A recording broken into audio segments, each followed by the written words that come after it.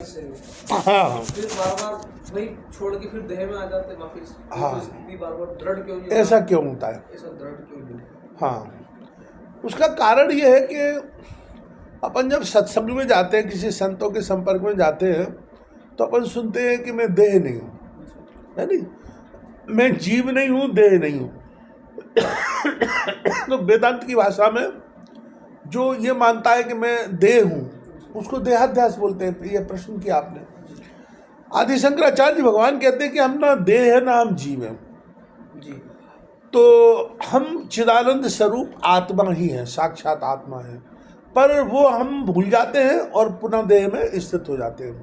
भगवान शंकराचार्य जी कहते हैं, मनोबुद्धि अहंकार चित्तानि नाहं, न चाश्रोत जिह्वे न चाघ्राण नेत्रे न चाव्योम भूमिर न तेजो न वायु चिदानंद रूपः शिवोहम शिवोहम, चिदानंद रूपः शिवोहम शिवोहम। तो भगवान शंकराचार्य जी कह रहे हैं कि हम मन नहीं है, बुद्धि नहीं है, चित्त नहीं है, अहंकार नहीं है, देह नहीं है, नाम रूप उपाधि नहीं है, तो हम चिदानंद स्वरूप शिव, हम साक्षात शिव स्वरूप है। इसके बाद भी हम अपने को देह मान के बैठे हैं। उसका कारण ये है कि हम 84 लाख प्रकार की योनियों में भ्रमण करके आए, और उन योनियों में ये हमारा अभ्यास दृढ़ हो गया है कि हम देह है, नाम रूप उपाधि है। हमने आत्मा का कभी हमें ज्ञान ही नहीं कराया गया, हमें किसी ने बताया नहीं कि हम आत्मा हैं। तो वो जो अपना करोड़ों वर्षों का जो दृढ़ अभ्यास हो गया है, वो उसने दृढ़ता कर दी कि अपन देह हैं। अब ये छूटे कैसे? तो ये छूटे ऐसे कि एक तो निरंतर अपन ये सत्संग करें कि मैं देह नहीं हूँ, नाम रूप उपाधि नहीं हूँ, मैं चिदानंद स्वरूप आत्मा हूँ, शिवोहम हूँ। तो ये निरंतर अपन सत्संग करें। तुलसीदास जी कहते हैं कि तबई हो सब संशय भंगा,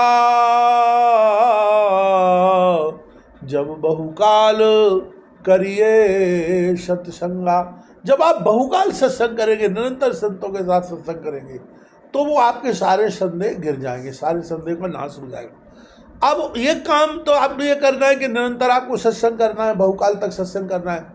दूसरा, देहाध्यास से बाहर जाने के लिए एक काम करना है कि जो संसारी जीव हैं, संसार में रमे हुए हैं, कंचन कामनी कीर्ति में फंसे हुए हैं, काम क्रोध बद लोभ मोह में फंसे हुए हैं, उनसे धीरे धीरे अपने को समेट लेना।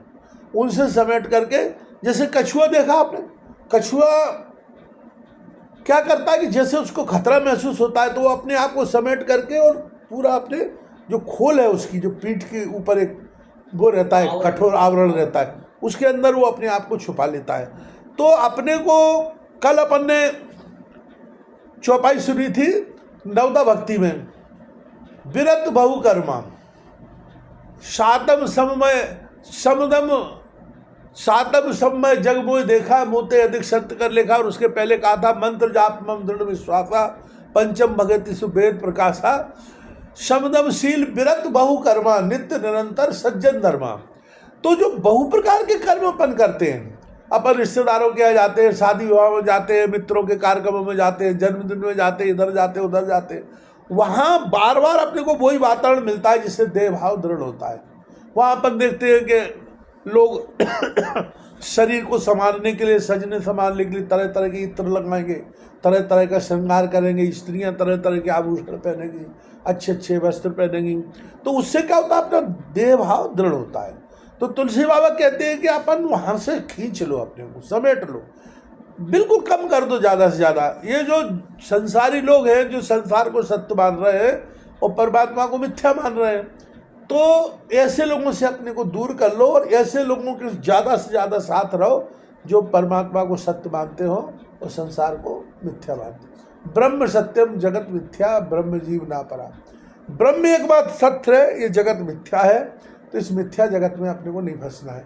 जब आप ये निरंतर अभ्यास करोगे तो वो जो पुराना संस्कार आपके अंतःकरण में पड़ा हुआ है, आपके अंदर 4 चीज़ें पड़ी हुई हैं, मन बुद्धि चित्त और अहंकार, तो इनके अंदर ये देह भाव दृढ़ हो गया है। तो वो देह भाव जब आप संसार से व्यवहार करना कम कर देंगे तो देहाव भाव टूटेगा। और इधर से जब आपको सत्संग में लगातार ये कहा जाएगा कि तुम देह नहीं हो, तुम नाम रूप उपाधि नहीं हो, तुम साक्षात ईश्वर का अंश हो भक्ति के अनुसार, और वेदांत के अनुसार, ज्ञान मार्ग के अनुसार तुम साक्षात ब्रह्म ही हो। तो ये जो 4 महावाक्य, इनको बार बार सुनोगे, इन पर मनन करोगे, श्रवण मनन और निधिध्यासन। पहले सुनो उनको 4 महावाक्य, अहम ब्रह्मास्मि, तत्त्वमसि, अयम आत्मा ब्रह्म, प्रज्ञानम ब्रह्म, इनको बार बार सुनो, फिर इन पर मनन करो कि भाई ये ऐसा हो सकता है क्या।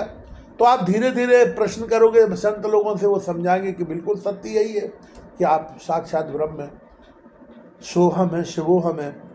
तो क्या होगा कि जो पुराने संस्कार है वो डिलीट हो जाएंगे, और वो डिलीट हो जाएंगे और उनके स्थान पर नए संस्कार वो स्थान ले लेंगे, जिसमें आप अपने को ब्रह्म ही समझोगे। अहम ब्रह्मास्मि, तत्त्वमसि, अयम आत्मा ब्रह्म, प्रज्ञानम ब्रह्म। ये अभ्यास जब करोगे तो देहभाव छूट जाएगा।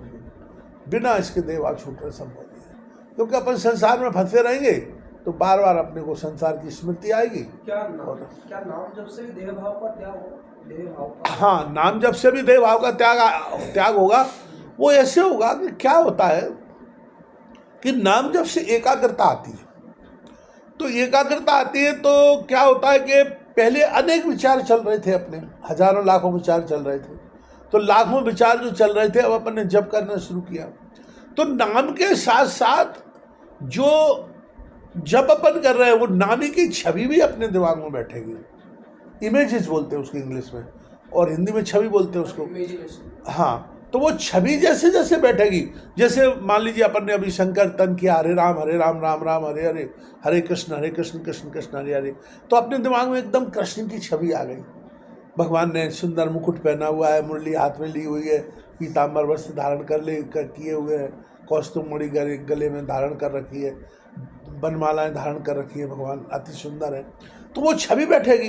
राम जी का नाम लिया तो राम जी की छवि आएगी, भगवान ने धनुष बाण धारण कर रखा है, मुकुट लगाए हुए हैं, हनुमान जी हैं पास में, लक्ष्मण जी है, सीता जी है।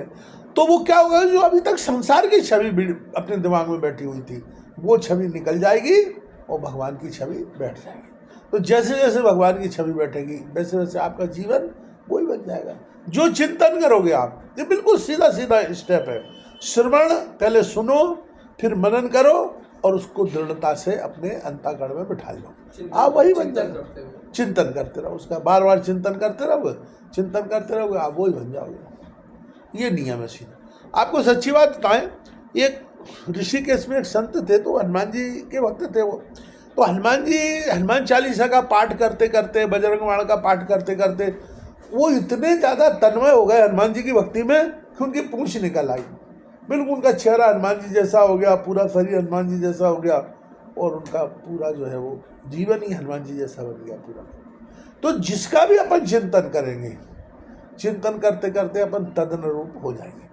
भगवान का चिंतन करेंगे तो भगवान जैसे हो जाएंगे, संसार का चिंतन करेंगे तो संसार जैसे हो जाएंगे। बस ये सूत्र। तो जप भी बहुत बड़ा काम करता है, बहुत। और कलयुग में तो जप बहुत, हमने एक दिन इसी पे प्रवचन किया था, कलयुग केवल नाम आधारा, सुमिर सुमिर नर उतरे पारा। कलयुग समयुग आन नहीं, और जो नर कर विश्वास, गाय राम गुण गण विमल, भवतर विनय प्रयास। तो नाम जो है वो आपको भवसागर पार करा देगा और देवहा भी छुड़वा देगा, और पक्का मानो ये जीवन आपका आनंदप्रद हो जाएगा, और देह छोड़ने के बाद भगवान के परम धाम की प्राप्ति हो जाएगी, सारे दुख कट जाएंगे। नाम लेने से तर जाएगा, नाम लेने से तर जाएगा, पार भव से उतर जाएगा, नाम लेने से तर जाएगा, राम कहने से तर जाएगा, पार भव से उतर जाएगा, राम कहने से तर जाएगा।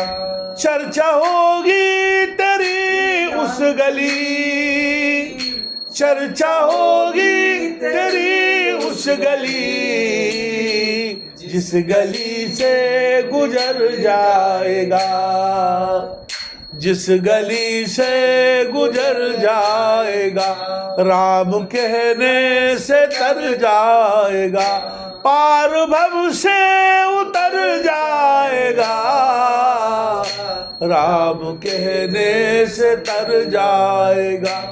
बड़ी मुश्किल से नर तन मिला, बड़ी मुश्किल से नर तन मिला, अब न जाने किधर जाएगा, पार भव से उतर जाएगा, नाम लेने से तर जाएगा।